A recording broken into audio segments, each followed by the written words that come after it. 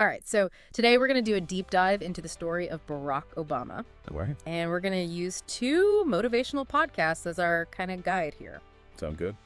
I think you probably already know the basics of Obama's journey, from community organizer to president and all that. But what's really intriguing is how these podcasts, while they both focus on his success, they actually offer pretty different perspectives and different levels of detail. Interesting. So it's almost like we're going beyond a typical biography. Yeah. Where you just get the facts and the dates, and we're kind of teasing out the nuances. And maybe even uncovering some interesting contradictions to get a much richer understanding of what made Obama the leader that he became. That's a great point, because I think what's fascinating to me is that even though these podcasts, are aimed at inspiring listeners, they actually reveal a lot about how we frame, quote unquote success stories. Yeah. Oh, interesting. Yeah, one of them really leans heavily on that overcoming adversity narrative. Yeah. That classic rags to riches kind of thing. But the other one actually digs a little deeper, I think, into some of the internal struggles that Obama faced. Yeah. Particularly around his biracial identity. Exactly. It's like they're presenting 2 sides of the same coin. Yeah. Right. And so let's rewind all the way back to the beginning. Okay. So both podcasts highlight Obama's multicultural upbringing. Right. He was born in Honolulu, Hawaii, to a Kenyan father and an American mother. Of course. But they approach his early life in very different ways. Interesting. One really emphasizes resilience. Okay. It's almost like a grit origin story, where he's overcoming all these challenges. Oh, right. But then the other one actually delves into his introspection. Okay. And his questions about belonging and identity. Yeah. As a biracial child growing up in that environment. It makes you wonder, how much did those early experiences really shape his worldview? That's a huge question, right? Did those early challenges foster a sense of empathy that would later define his leadership? Or did they maybe fuel a drive to prove himself in spaces where he felt like an outsider? Right. Those are really good questions. And I think it's something that we should definitely keep in mind as we kind of move through his story. Totally. And so then we get to Obama's academic journey, right? Okay. So we've got Occidental College, Columbia University, where he majored in political science. Impressive. And, of course, Harvard Law School. Of course, the big HLS. The big HLS. But, the podcasts mention this, but they don't really unpack how his academic background actually influenced his leadership style. Right. And that's where it gets really interesting. Yeah. I mean, becoming the first Black president of the Harvard Law Review, it's a huge achievement. It is. But did it shape his approach to policymaking? Did it instill a belief in the power of reasoned debate and consensus building? It's so interesting to think about, right? Because leadership isn't just about charisma or, soaring rhetoric. Right. It's also about having a solid intellectual foundation. Absolutely. A deep understanding of complex issues. And the ability to think critically and strategically. Absolutely. Yeah. I couldn't agree more, and that's definitely something we're going to keep exploring as we go deeper into this. Awesome. Now, one thing that both podcasts really emphasize is the importance of Obama's community organizing years. Yes. In Chicago. In Chicago. But they don't really go beyond just saying, it was a quote-unquote formative experience. Yeah, it's true. We get that he was working in underserved neighborhoods, witnessing firsthand the challenges that people face. Yeah. But what did he actually learn during that time? Right. Was it purely about social justice? Yeah. Or did he hone specific skills like negotiation or building coalitions that would later prove to be essential in his political career? Such good questions. Right. Because if we want to connect this period to his later success, it can't just be about having good intentions, right? Yes. It's got to be about understanding how to translate those intentions into action. Yeah. How to mobilize people. How to navigate complex systems to achieve meaningful change. Exactly. All right, so let's fast forward now to his political rise. Okay. Both podcasts touch on his time in the Illinois State Senate. Right. But of course, the big turning point is that electrifying speech. Yeah. At the 2004 Democratic National Convention. Huge moment. Huge moment. I'm not saying this moment wasn't important. Right. But it's often portrayed as the catalyst that just launched him onto the national stage. Right. And while that speech was undeniably powerful, I think it's worth considering what factors were already in place. Okay. That allowed his message to resonate so deeply with people. Yeah. Was it simply his charisma? Or was there something about the political climate at the time? The yearning for change that really created the perfect conditions for his message of hope and unity to take hold? You've got a point. It's easy to focus on like the individual, right? But successful leadership often depends on like a confluence of factors. Yeah. Like a perfect storm of timing, context, and opportunity. Absolutely. So it's not just about the person, it's about all these other things coming together exactly. to create that moment. It's like that old saying, luck is what happens when preparation meets opportunity. Oh, I like that.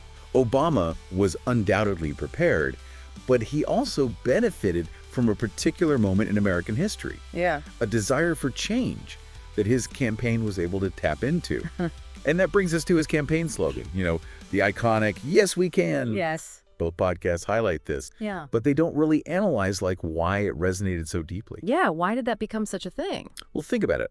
Right at the time, the country was weary from years of war, economic turmoil. Right. There was a sense of disillusionment with the political establishment. Okay, yeah. Yes, we can offer a message of optimism, Okay. collective action, of believing in a brighter future. It wasn't just a slogan, it was a call to action. It's interesting how like a simple phrase can just capture the spirit of a movement. Yeah. And of course, against all odds, he won. Right. Becoming the first African-American president of the United States. Huge moment in history. Huge moment. Both podcasts celebrate this achievement, but they don't really delve into how Obama's approach to leadership differed from his predecessors.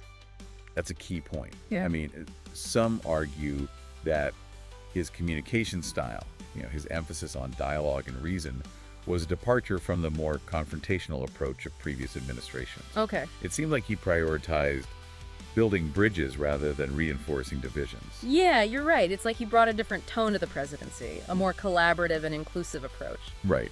But of course, no presidency is without its challenges. Right? Of course not. Both podcasts mention key achievements.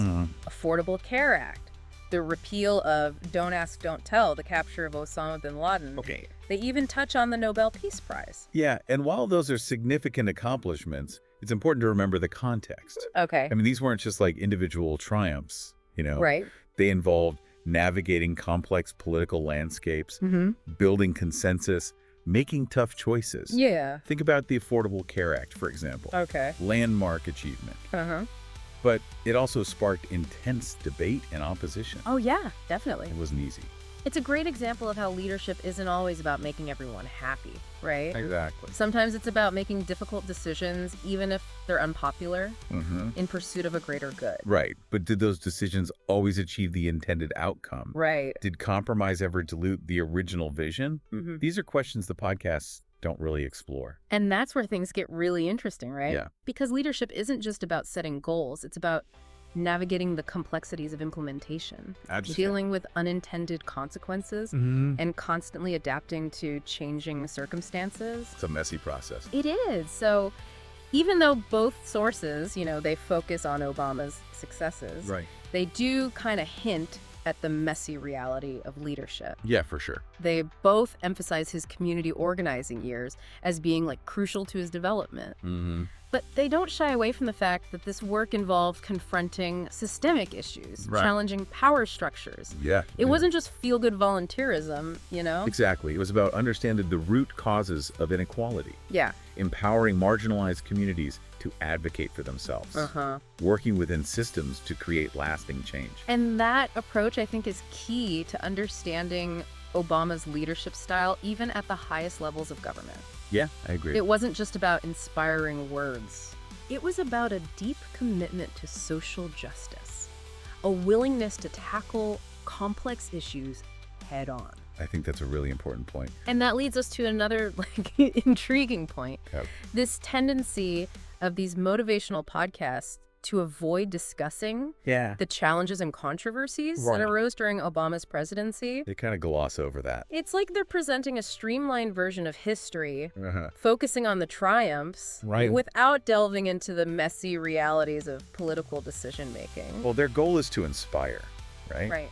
But as listeners, we need to be aware of this framing. Yeah. Because leadership isn't about avoiding difficult situations. Right. It's about confronting them making tough choices and dealing with the fallout. It's like looking at a finished painting without understanding the process. Right. The layers of paint, the revisions, the moments of doubt that the artist went through. Yeah, those are important too. And those moments are just as important, if not more so, than the final product.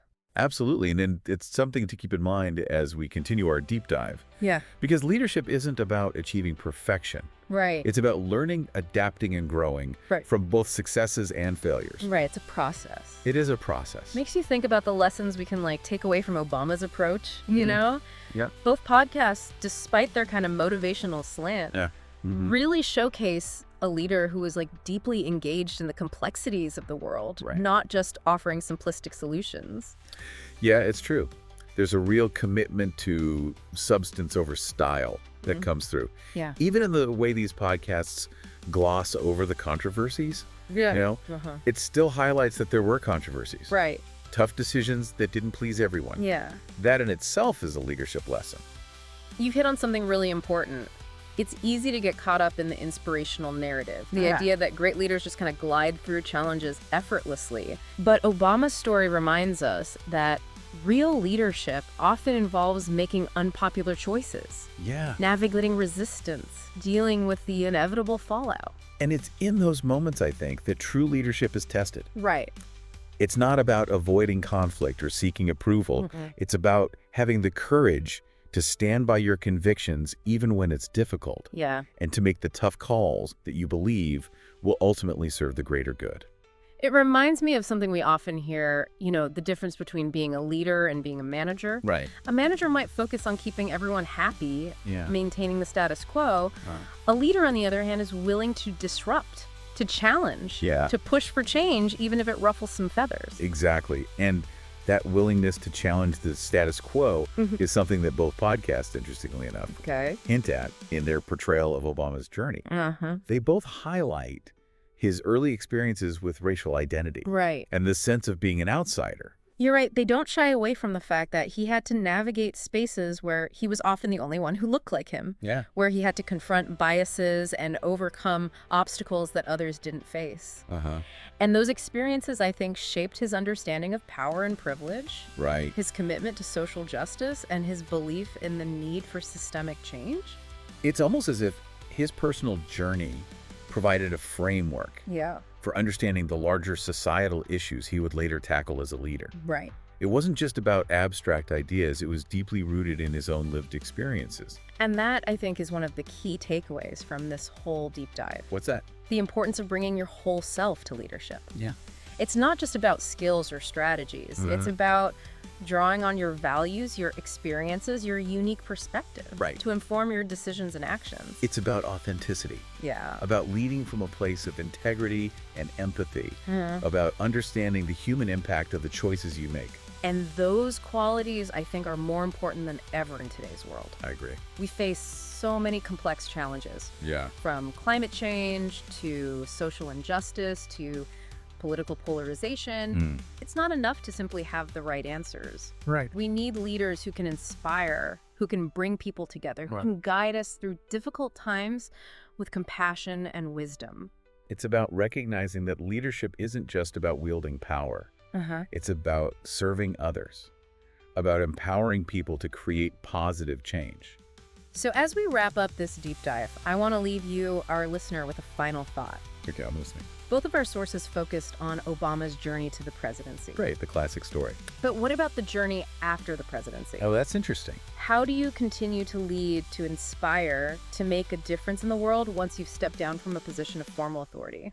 That's a fascinating question, and one that I think speaks to the essence of true leadership. Yeah. Because it suggests that leadership isn't confined to a particular role or title. Right. It's an ongoing commitment to making a positive impact, regardless of the circumstances. It's about recognizing that we all have the potential to be leaders in our own way, in our families, our communities, our workplaces. It's about using our voices, our skills, our experiences to create the kind of world we want to see. And maybe that's the most enduring lesson we can take away from Barack Obama's story. Yeah. That leadership isn't about achieving some ultimate goal or reaching the pinnacle of power. Right. It's about the journey itself. the daily choices we make, Yeah. the ways in which we choose to show up in the world and contribute to something larger than ourselves. So I encourage you, our listener, to reflect on your own journey. Good advice. What are the values that guide you? What are the causes you care about? Yeah. And how can you use your unique talents and passions to make a positive difference in the world, even in small ways? That's what it's all about. Because ultimately, it's the collective efforts of individuals all striving to create positive change that will shape the future. Thanks for joining us for this deep dive.